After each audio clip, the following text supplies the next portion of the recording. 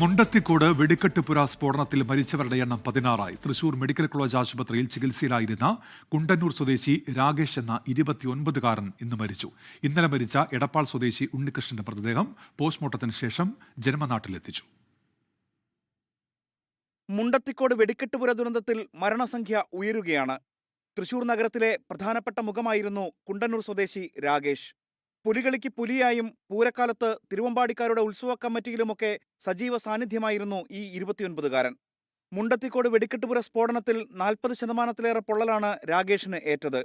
ഇന്ന് രാവിലെയായിരുന്നു രാകേഷിന്റെ മരണം. മൃതദേഹം പോസ്റ്റ്മോർട്ടത്തിനായി മോർച്ചറിയിലേക്ക് മാറ്റി. ഇന്നലെ മരിച്ച മലപ്പുറം എടപ്പാൾ സ്വദേശി ഉണ്ണികൃഷ്ണന്റെ മൃതദേഹം പോസ്റ്റ്മോർട്ടത്തിന് ശേഷം ജന്മനാട്ടിലേക്ക് കൊണ്ടുപോയി. രാകേഷ് കൂടി മരിച്ചതോടെ മുണ്ടത്തിക്കോട് വെടിക്കെട്ടുപുര ദുരന്തത്തിൽ ആകെ മരിച്ചവരുടെ എണ്ണം 16 പരിക്കേറ്റ 2 പേർ നിലവിൽ ഗുരുതരാവസ്ഥയിൽ ചികിത്സയിലുണ്ട്. 24 തൃശൂർ.